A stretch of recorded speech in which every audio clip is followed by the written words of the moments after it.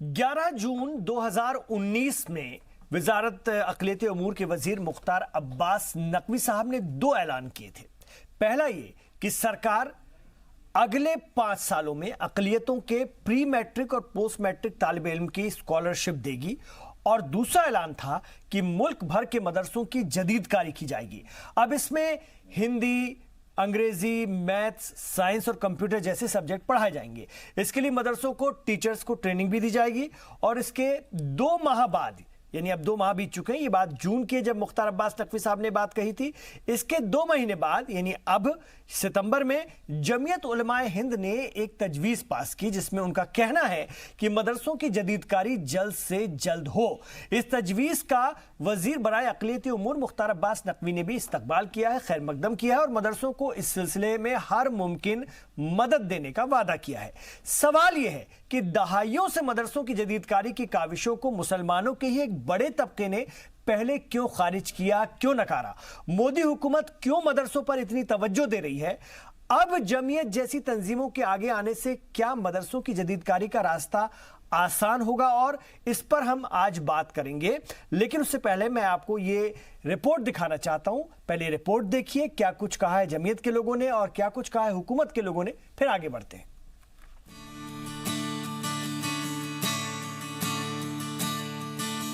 गुज़िश्ता दिनों जमीयत उलमाए हिंद ने मदरसों की जदीदकारी को लेकर तजवीज़ पास की और कहा कि मदरसों को ये कोशिश करनी होगी कि उनके यहाँ के तलबा मदरसों में ही कम से कम 12वीं तक की तालीम हासिल कर सकें। ये तजवीज़ 2019 में आई, जबकि मदरसों को जदीद उलूम से आरास्ता करने की मांग पिछली कई दहाइयों से उठती रही है। मदरसों की जदीदकारी की इस तजवीज़ का वजीर बराए अक़लियती उमूर मुख्तार अब्बास नकवी ने इस्तकबाल किया है और अपनी वजारत की जानिब से हर मुमकिन मदद का वादा किया है। देखिए, मदरसों में फॉर्मल एजुकेशन भी हो, ये हम सब लोग चाहते हैं। मदरसे के लोग भी बहुत ज़्यादातर लोग चाहते हैं।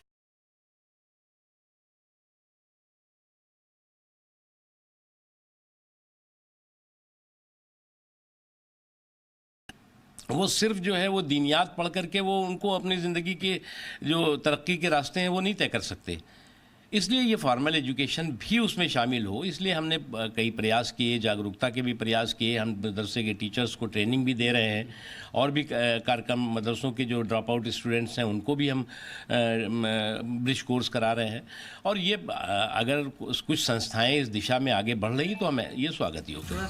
मदरसा मॉडर्नाइजेशन की मांग दहाइयों से हो रही है, लेकिन जमीयत की तजवीज़ के बाद मदरसों में जदीद तालीम को शामिल करने का ख्वाब पूरा होता नजर आ रहा है। अब हम ये चाहते हैं कि सब मदरसे अपना सिलेबस, एग्जिस्टिंग सिलेबस को बाकी रखते हुए ऐसा डिजाइन करें कि जब मौलवियत कंप्लीट हो, ग्रेजुएशन पूरा हो, तो उसके साथ साथ सीनियर सेकेंडरी लेवल यानी 12वीं तक का सर्टिफिकेट भी हो और काबिलियत भी हो बच्चे के अंदर। मदरसा मॉडर्नाइजेशन को लेकर मोदी सरकार बेहद संजीदा है। वजारत बराए अक़लियती उमूर भी मदरसों के लिए अपनी सतह पर काम कर रहा है। पिछले 100 दिनों में वजारत बराए अक़लियती उमूर ने अलग अलग रियासतों के 40 से ज्यादा मदरसों के असातिज़ा को मेन स्ट्रीम एजुकेशन की ट्रेनिंग दी है, जिनमें खातून असातिज़ा भी शामिल हैं। वजारत अक़लियत के मुताबिक अक्टूबर तक तकरीबन 160 असातिज़ा को ट्रेनिंग दी जाएगी, ताकि वो अपने मदरसों में तलबा को साइंस, मैथ्स, अंग्रेजी और कंप्यूटर जैसे जदीद मजमून की तालीम दे सकें। जी मीडिया के लिए दिल्ली से शोएब रजा की रिपोर्ट। तो मेरे 5 सवाल होंगे जिनके इर्द गिर्द हमारी चर्चा चलेगी, और ये भी आपको मैं बता दूं, एक बात सच है कि उलमा हजरात, खास तौर से इन्हीं इस तरह की तंजीमों से जुड़े हुए उलमा हजरात ये बार बार कहते रहे हैं या इस तरह से एतराज़ात करते रहे हैं कि अगर मदरसों की जदीदकारी हुई तो मजहब में दखल अंदाजी होगी, हुकूमत अपने ढंग से अपना प्रोस्पेक्टस लगाने की कोशिश करेगी, कहीं ना कहीं ये हमारे पढ़ाने के तौर तरीक़ों पर या मदरसों के एनवायरनमेंट पर ये एक तरह से दखल अंदाजी होगी, इसलिए कहीं ना कहीं इसमें हम पीछे हटते थे। लेकिन अचानक से क्या हो रहा है? क्या मोदी है तो मुमकिन है? ये हो रहा है, या फिर एक बड़ी दूरंदेशी के साथ, एक बड़ी सोच के साथ ये कदम उठाने की इन तंजीमों के जरिए भी बात की जा रही है? बड़ा सवाल है। मेरे 5 सवाल जिनके इर्द गिर्द हमारी चर्चा घूमेगी। हमारा पहला सवाल है, मदरसे की या मदरसों की जदीदकारी की अक्सर क्यों होती रही है पहले मुखालफत? दूसरा सवाल, कुछ लोग मदरसा जदीदकारी को मजहबी मामलों में मुदाखलत क्यों मानते हैं? इस पर भी बात होनी चाहिए। आज भी बहुत सारे उलमा हजरात नहीं है इसके लिए तैयार। तीसरा सवाल, मोदी हुकूमत शुरू से ही मदरसा मॉडर्नाइजेशन के हक में क्यों है? ये 2014 से बाद से ही इनका प्रोग्राम है और बार बार इस तरफ ध्यान दिया जा रहा है, लेकिन ऐसा क्यों है? चौथा सवाल, मदरसा मॉडर्नाइजेशन और डिजिटलाइजेशन से किसे फायदा और किसे नुकसान? यह भी एक बहुत अहम सवाल है। मदरसों को डिजिटलाइज कीजिए, फंडिंग कहां से हो रही है इसका भी इंकशाफ होना चाहिए। मुख्तार अब्बास नकवी साहब जब ये बात कहते हैं कि आप डिजिटलाइज कर दीजिए ताकि सारी चीजें पारदर्शी हो, ट्रांसपेरेंसी के साथ हम आगे बढ़ें, हमसे जो मदद आपको चाहिए वो लीजिए, लेकिन बहुत सारे लोग क्या छिपाते हैं इस पर भी बात होनी चाहिए, क्यों छुपाते हैं इस पर भी बात होनी चाहिए। पांचवा सवाल, आखिर जमीयत जैसी तंजीमों को इस तजवीज को पास करने में इतना वक्त क्यों लगा? यह भी अहम सवाल है। आज आप कह रहे हैं अच्छी बात है, स्वागत करना चाहिए, इस्तकबाल करना चाहिए, खैर मकदम होना चाहिए, लेकिन इतना वक्त क्यों लगा? इस पर भी खुलकर बात होनी चाहिए। मैंने अपने साथ बहुत खास मेहमानों को अपने साथ जोड़ा है, मैं उनका तारुफ आपसे कराना चाहूंगा। मेरे साथ इस वक्त मौलाना आजाद नेशनल उर्दू यूनिवर्सिटी के चांसलर फिरोज बख्श साहब स्टूडियो में तशरीफ फरमा है। जब भी मदरसों की बात होती है, कौम की बात होती है, मिलत की बात होती है, तो मैं आपको अपने साथ रखता हूं। मैंने अपने साथ मोहम्मद अफजाल साहब को भी इस वक्त स्टूडियो में बुलाया है। मुस्लिम राष्ट्रीय मंच के कौमी कन्वीनर हैं। ये वही मुस्लिम राष्ट्रीय मंच है जो आरएसएस की सरपरस्ती में चलने वाली तंजीम है। हालांकि आरएसएस इसे अपनी तंजीम नहीं बताती, लेकिन ये माना जाता है कि कहीं ना कहीं आरएसएस का सपोर्ट इसे है और लगातार राष्ट्रवादी विचारधारा को या मुसलमानों को मेन स्ट्रीम से जोड़ने के लिए अफजाल साहब काम कर रहे हैं और इसके लिए आपको कई बार लोगों से बुरा भला भी सुनना पड़ा है, लेकिन पिछले 20 सालों से मुसलसल आपकी ये कोशिश और काबिज जारी है। मेरे साथ इस वक्त प्रोफेसर विशाल मिश्रा जी इस वक्त स्टूडियो में तशरीफ फरमा है, सियासी तज्जियाकार हैं। इनसे बहुत सारी बातें जाने समझने की कोशिश करेंगे। तो साथ में हमने अपने साथ संजीव कौशिक जी को भी जोड़ा है, सियासी तज्जियाकार हैं, एक बड़े आलोचक के तौर पर भी जाने जाते हैं, उनसे बात करेंगे। तो आइए शुरुआत करते हैं और मैं सबसे पहले आप ही के पास आना चाहूंगा अफजाल साहब। अब तो जमीयत ने भी इस बात को लेकर के पहल की है, मुख्तार अब्बास नकवी साहब ने यानी हुकूमत ने इसका खैर मकदम किया है। क्या माना जाए, मदरसों की जदीदकारी के लिए और तेजी से काम हो पाएगा मुस्लिम तंजीमों के आगे आने से? और साथ में इतने दिनों से ये बेरुखी क्यों थी? आज वो बेरुखी चलिए अच्छी बात है खत्म हो रही है, लेकिन क्या कुछ खदशात अभी भी बाकी रहेंगे? देखिए, जब 2014 के इलेक्शन की शुरुआत हो रही थी और होने जा रही थी, तो आप सभी हजरात को ये मालूम है कि हमारे देश के होने वाले प्राइम मिनिस्टर साहब ने अपने शुरू के जो उनके एड्रेसेस थे, जो उन्होंने कौम को एड्रेस किया था, उसमें उन्होंने ख़ास तौर से कहा था कि मुस्लिम लोगों के लिए मैं ये चाहता हूँ कि उनके मदरसों के अंदर जो है एक हाथ में वो जब बच्चा तालीम हासिल करे तो उसके एक हाथ में कुरान करीम होना चाहिए और एक हाथ में कंप्यूटर होना चाहिए। यानी जदीदियत की उन्होंने शुरुआत करी थी वहाँ से। लेकिन मुस्लिम राष्ट्रमंच जिससे पहले इस चीज़ की कोशिश कर रहा था, ये हमारी खुशनसीबी है कि उसके लिए हमारे देश के प्रधानमंत्री, होने वाले प्रधानमंत्री जब 2014 में थे, जो आज प्रधानमंत्री है हमारे, उन्होंने इस तौर पर बड़ा ख़ास ध्यान दिया था।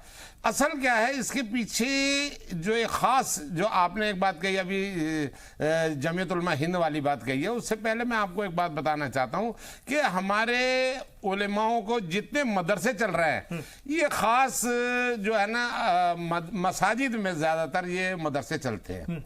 मदरसा अलग चीज़ है, मस्जिद अलग चीज़ है, लेकिन हमने अक्सर ये देखा कि मस्जिद को ही मदरसा बना दिया जाता है, डे टाइम में उसको मदरसा बना दिया जाता है, और वो मदरसे जो है वो चंदों पर, और ख़ास तौर से जो हमारे जो रमज़ान के महीने में हमारे जो है ज़कात, खैरात, फितरा, और यहाँ तक के जो हमारे बकरा ईद के मौके पे जो खाल वगैरह होती थी कुर्बानी की, उसके ज़रिए इन मदरसों को चलाया जाता था और लाखों करोड़ों रुपया इन मदरसों की आमदनी होती थी। और ये इसका कोई हिसाब किताब कहीं नहीं होता था, क्योंकि जैसे ही हमारे जो मिनिस्टर साहब ने, मोहतरम मुख्तार साहब ने जो ये बात कही कि हम जो है ये चाहते हैं कि ये जदीदियत आए और इसके अंदर जो है मॉडर्न जो टेक्नोलॉजी को जोड़ा जाए और सारी चीज़ें ऑनलाइन होनी चाहिए। जब ऑनलाइन होगी तो वो सारी चीज़ों का इंकशाफ हो जाएगा और ये सब होने के साथ साथ ये भी होगा कि इनका रजिस्ट्रेशन भी ज़रूरी होगा। आप आज हम जिस टाइम पे इस वक्त बैठे हुए हैं, आज भी मुश्किल से 30% मदारिस जो है वो रजिस्टर्ड है, बाकी 70% मदारिस आज भी हिंदुस्तान भर में गैर तो रजिस्टर्ड है। शायद यही वजह है कि हुकूमत ने इस तरफ शुरू से ध्यान देना जी। शुरू किया, मोदी हुकूमत ने, क्योंकि इस वक्त भी देश में 37,000 मदरसे हैं जो चल रहे हैं। अगर आप ये कहते हैं कि उसमें से कुछ ही परसेंट रजिस्टर्ड हैं और कुछ ही परसेंट जो है हुकूमत से फंड लेते हैं या हुकूमत के ताउन से चलते हैं, इसके अलावा बाकी का हिसाब किताब का भी कोई वो नहीं है, और वहां पर जदीद तालीम पढ़ाने को लेकर के अगर काविशें या कोशिशें की जाती है तो शायद इसलिए इसकी मुखालफत भी अब तक होती रही है। दरअसल फिरोज बख्श साहब, अगर मेरे गैर मुस्लिम भाई बहन भी इस प्रोग्राम को देख रहे होंगे, बहुत सारे मुसलमान भी नहीं जानते होंगे, तो मैं उनसे ये जरूर बताना चाहूंगा कि दरअसल ये मदरसे जो होते हैं ये हमारे सरकारी या प्राइवेट स्कूलों की तरह ही एक तरह से होते हैं। इनमें इस्लाम की तालीम देने के लिए इनको सबसे पहले तैयार किया गया था, लेकिन जब पढ़ने वालों की तादाद धीरे धीरे बढ़ी तो फिर महसूस हुआ कि भाई दीनी ही नहीं दुनियावी तालीम भी इनको देनी चाहिए, ताकि 80 की दहाई से ये काविशें शुरू हुई कि भाई इनको हिंदी अंग्रेजी भी इसके साथ साथ पढ़ाई जाने लगी। लेकिन आज हम बात कर रहे हैं कि फिरोज बख्श साहब की मैथ्स भी, साइंस भी, कंप्यूटर भी और तमाम कोर्सेज, ताकि ऐसा भी नहीं है कि नहीं पढ़ाया जा रहा है, कई जगह पढ़ाया जा रहा है और बहुत सारे मदरसों में पढ़ने वाले लोग भी डॉक्टर इंजीनियर बनकर के निकल रहे हैं, लेकिन ये बड़े पैमाने पर नहीं हो रहा है। तो क्या उम्मीद करें कि अब जो पहल हो रही है उससे राहें आसान होंगी या अभी भी मुश्किलात हैं? देखिए, ये एक बहुत अहम आपने जो है प्रोग्राम किया है। जो इशू है ये बहुत इम्पोर्टेंट इशू है और मैं इसके लिए मुबारकबाद देना चाहूँगा जी उर्दू को, जी सलाम को और आप सब लोगों को, आपकी पूरी टीम को। शुक्रिया। क्योंकि ये जो देखिए क्या है, तालीम सबसे ये शहरग होती है किसी भी कम्युनिटी की। अगर आपको ये देखना है कि कौन सी कम्युनिटी कितना आगे बढ़ रही है तो दो चीज़ों को आप देखिए। नंबर 1 उसकी तालीम, नंबर 2 उसके स्पोर्ट्स। तो खैर स्पोर्ट्स पे तो मैं कुछ नहीं बोलूँगा, लेकिन मैं कहना चाहूँगा जहाँ तक मदारिस का ताल्लुक़ है, ये मदारिस इस्लामिया हमारी जो तालीमी सिस्टम है कम्युनिटी का, मुसलमानों का बहुत अहम रोल अदा कर रहे हैं। और मैं आपको ये भी बताता चलूँ कि आपने कहा तकरीबन 37,000, मेरे ख्याल से काफ़ी ज़्यादा मदारिस हैं। मेरे हिसाब से तो तकरीबन 1 लाख के मतलब रजिस्टर्ड और अनरजिस्टर्ड, हाँ, मिला करके 1 लाख से ज्यादा होनी चाहिए और ये बहुत ही अहम रोल अदा कर रहे हैं। देखिए क्या है, जो बच्चा, अब ये खुदा की कुदरत है, क्या बात है, जो बच्चा मदरसे में जाता है वो नाजरा करता है, नाजरा कुरान को पढ़ लेता है, फिर हाफजा करता है। उसका हाफजे का मतलब है to learn it by heart, यानी कंठस्थ कर लेना। और ये बच्चे बड़े ब्रिलियंट और ब्राइट होते हैं और इनकी जो मैं समझता हूँ कि इतने ज़्यादा ब्राइट होते हैं और वाइज होते हैं कि मतलब आप ये देखिए कि कुरान जैसी इतनी ज़ख़ीम किताब, इतनी 1000 सफ़ात से भी ज़्यादा मोटी किताब, उसको बग़ैर किसी ज़ेरो ज़बर के फ़र्क के वो याद कर लेते हैं। तो दिमाग क्या होगा, हमें तो थोड़ी सी, हमें शेर भी याद नहीं रहते, थोड़ी सी आयतें याद हैं, सारा कुरान तो हम जैसे लोग नहीं याद कर सकते। तो ये क्या बच्चा होगा, क्या जहन होगा, क्या दिमाग होगा। इस दिमाग को जो टैप किया है मुख्तार अब्बास नकवी साहब ने अपनी मिनिस्ट्री के जरिए टैप किया है और उन्होंने, ठीक है देखिए ये तालीम तो चलेगी, रिलीजियस कोर्स तो उसमें चलेगा, चाहे उसमें हदीस हो, उसमें नाजरा हो, हाफजा हो, सर्फ व नहव हो, जो भी चीज़ें हैं सारी चलेंगी। साथ ही साथ मुख्तार साहब ने कोशिश की है कि इन मदारिस को एट द लेवल जो सेकुलर स्कूल्स हैं उनके लाया जाए। बच्चे यहाँ हिंदी भी सीखें, अंग्रेजी भी सीखें, हिसाब भी सीखें, जोग्राफिया भी सीखें, साइंस भी सीखें। अब मिसाल के तौर पर जैसे खजूर है, अब बच्चे को पता चलना चाहिए कि खजूर में क्या अशिया हैं, कौन से केमिकल हैं जो उसे ताकत देते हैं और 5-6 खजूर खा के वो सारा दिन गुजार सकता है। तो उसमें कैल्शियम होता है। तो कोशिश ये है इस मिनिस्ट्री की, माइनॉरिटी मिनिस्ट्री की, इन बच्चों को they should be brought on par with the other secular institutions और ये बड़ा अच्छा इन्होंने किया है। और जैसे वो कह रहे थे मुख्तार साहब कि मदरसों से ही हम लोग ले रहे हैं, उनको ट्रेन कर रहे हैं। बहुत सी खवातीन भी आगे आई हैं, बच्चियां आगे आई हैं, उनको ट्रेन कर रहे हैं। मेरी बात हुई थी दोपहर इनसे फोन पर, तो मुझे बता रहे थे इनका प्रोग्राम यह है कि ऑल ओवर इंडिया ये 2000 ऐसे लोगों को तैयार करेंगे, टीचर्स को तैयार करेंगे जो मदारिस में जाकर के हिसाब, हिंदी, साइंस, ये सारे सब्जेक्ट्स पढ़ाएंगे। और जब ये बच्चे इन सब्जेक्ट्स को पढ़ लेंगे, एक एग्जांपल मैं देना चाहूंगा, राजस्थान में रामगढ़, जयपुर के पास एक जगह है, वहां मदरसा जामियातुल हिदाया है। वहां के बच्चे हर वो सब्जेक्ट पढ़ते हैं जो दूसरे स्कूल के बच्चे पढ़ते हैं, और वहां का एक बच्चा IAS भी कर चुका है। तो मदारिस में बड़ा टैलेंट है, बड़ी जबरदस्त, मैं बिल्कुल है सर, बिल्कुल है, इसमें कोई शक नहीं है, लेकिन इसको जिस तरह से अहमियत दी है। और एक बात कह के बात को खत्म करूंगा, सुनिए। ज्यादातर आपने अगर 1 लाख की गिनती बताई है, तो ज्यादातर दीनी तालीम ही दे रहे हैं, ज्यादातर दीनी तालीम ही दे रहे हैं। हुई बात कह के अपनी बात खत्म करूंगा, बस मुझे 1 सेकंड का मौका दीजिए। देखिए, ये जो अब मिनिस्ट्री जिस तरह चल रही है, 2004 में अल्लाह बख्शे AR अंतुले साहब ने शुरू की थी, लेकिन इस मिनिस्ट्री ने जब तक के मुख्तार अब्बास नकवी नहीं आए, चाहे मोहतरमा नजमा हेप्तुल्ला इसमें रही, के रहमान खान इसमें रहे, सलमान खुर्शीद इसमें रहे, AR अंतुले रहे, किसी ने इतना काम नहीं किया जो कि पिछले 4-5 साल में मुख्तार अब्बास नकवी ने कर दिया। मैं जाता था यहाँ, इन लोगों के जब ये मिनिस्टर थे, मोटी मोटी तहें धूलों की जमी रहती थी, लेकिन हम सैल्यूट करना चाहेंगे, ईमानदारी से काम किया है और लोगों को आगे बढ़ाया। संजीव जी, पिछली हुकूमतों ने इस तरफ कभी ध्यान नहीं दिया मुसलमानों को, और जैसा कि आरिफ मोहम्मद खान साहब ने एक बार कहा भी था, और किसके हवाले से कहा था वो भी बड़ा विवाद का विषय रहा था, कि उनको कीचड़ में पड़े रहना है तो रहने दो, आपको क्या तकलीफ है उनको उठाने की। तो कहीं ना कहीं जब मैं पढ़ रहा था तो मैंने देखा कि 1996 में देवेगौड़ा सरकार के दौर में इस तरफ कुछ पहल होना शुरू हुई थी कि चलो मदरसों को मॉडर्नाइज करते हैं ताकि ये भी मेन स्ट्रीम से जुड़े। उसके बाद ये सिर्फ पहल तक ही सीमित रही, फिर उसके बाद कभी किसी ने जहमत ही नहीं उठाई। 10 साल कांग्रेस की सरकार भी रही, और ये वो तमाम सो कॉल्ड सेकुलर हुकूमतें थी जो ये दावा करती हैं कि मुसलमानों के लिए हमसे बेहतर कोई और नहीं सोच सकता। लेकिन 2014 में बनी हुकूमत पहले आते ही ये कहती है, और अपने दूसरे टर्म में मुख्तार अब्बास नकवी साहब इस हुकूमत के दूसरे टर्म में कहते हैं कि हमें मदरसों को मॉडर्नाइज करने के लिए पूरी ताकत लगा देनी है, ये हमारा लक्ष्य है। तो नियत को हम कैसे देखें?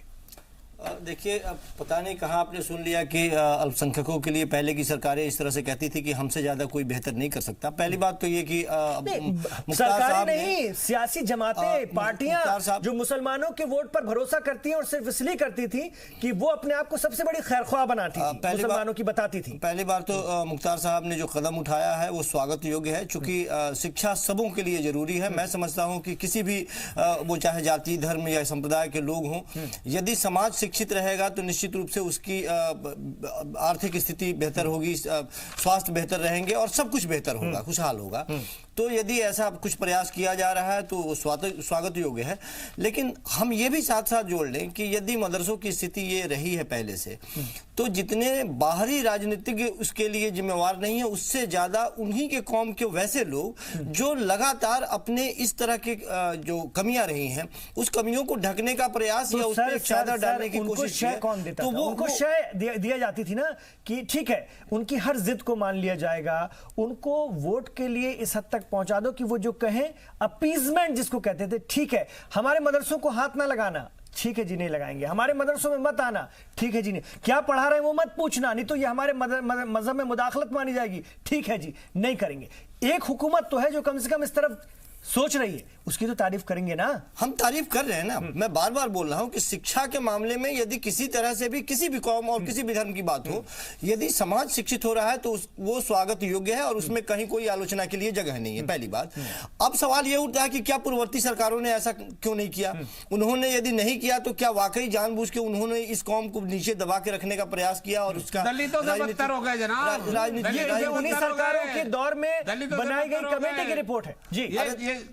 दलितों से बदतर हो गए तो आज कौन सा आपने तीर मार लिया है? अभी आप रास्ते में हैं। मैं समझता हूं कि पिछले 5 सालों की सरकार, 5 सालों की सरकारों में हमने देखा है ये नए दूसरे कार्यकाल के लिए 100 दिनों के अंदर में आपने देखा कि एक नई तरह से सुगबुगाहट शुरू हो रही है। और मुझे लगता है, मैं फिर बोल रहा हूं, उसके बावजूद भी पिछले 5 सालों में क्या हुआ उससे ज्यादा बेहतर है कि भले 100 दिनों के अंदर में कुछ बेहतर हो रहा है तो वो स्वागत करने योग्य है। लेकिन बार बार मैं कह रहा हूं कि ये तुलना करने की कोशिश ना करें कि पिछले सरकारों ने क्या तुलना किया तो करेंगे और ना, अभी की क्यों सरकारों ने नहीं? क्या किया।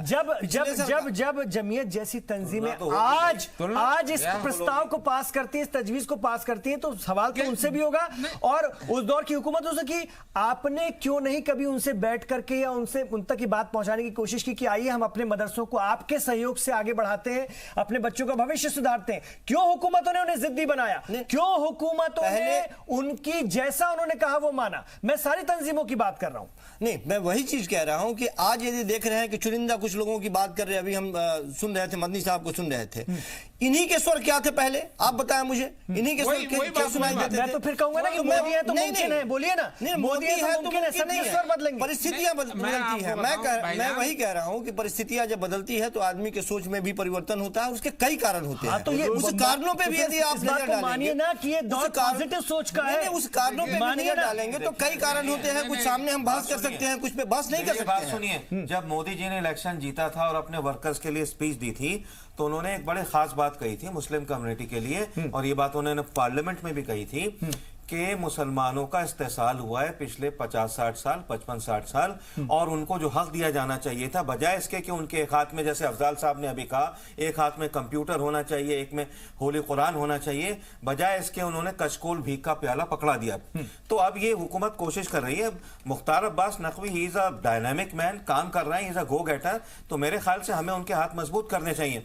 और जो लोग सोचते थे कि मोदी आएंगे सारे मुस्लिम मदारिस पे जो आफत आ जाएगी, मुस्लिम इदारे बंद हो जाएंगे, मुसलमानों के गले काटे जाएंगे, देख लीजिए 5 साल में क्या हो रहा है। ठीक है, और मैं तो मुबारकबाद देना चाहूंगा मोदी सरकार को, जिस तरह से इन्होंने इसमें एक इजाफा और मैं आ रहा हूं सर, आ रहा हूं आपके पास, आ रहा हूं इजाफा करना चाहूंगा कि मैं इसमें ये कहना चाहूंगा कि जैसा मेरे भाई ये कह रहे हैं कि मैं उनसे बताना चाहता हूं कि जमीयत उलमा हिंद कोई आजकल की परसों की वो नहीं है, इसका पूरा एक इतिहास है, एक इसकी तारीख है, और उस तारीख में ये लगातार कांग्रेस के साथ कंधे से कंधा मिलाकर काम करते रहे, और जितने भी इनके जो बड़े बड़े वो रहे मोहतमिम साहब रहे, उनको राज्यसभा के मेंबर भी बनाया गया कांग्रेस की तरफ से।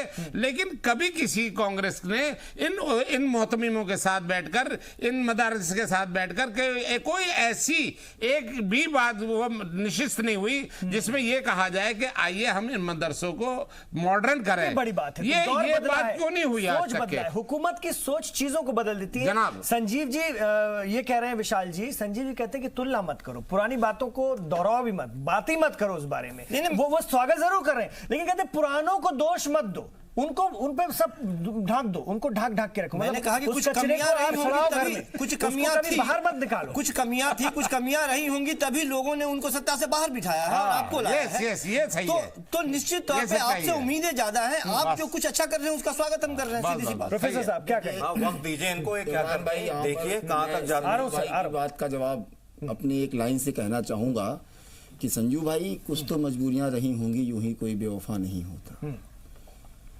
ये लाइन बहुत गहरी है। अभी संजू जी कह रहे थे कि हिसाब क्यों होगा, क्यों तुलना की जाएगी। हम इनसे पूछना चाहते हैं कि हमने अपना घर परिवार, अपना देश आपको सौंप रखा था, तो आज हम आपसे सवाल नहीं करेंगे कि आपने मेरे लिए क्या किया।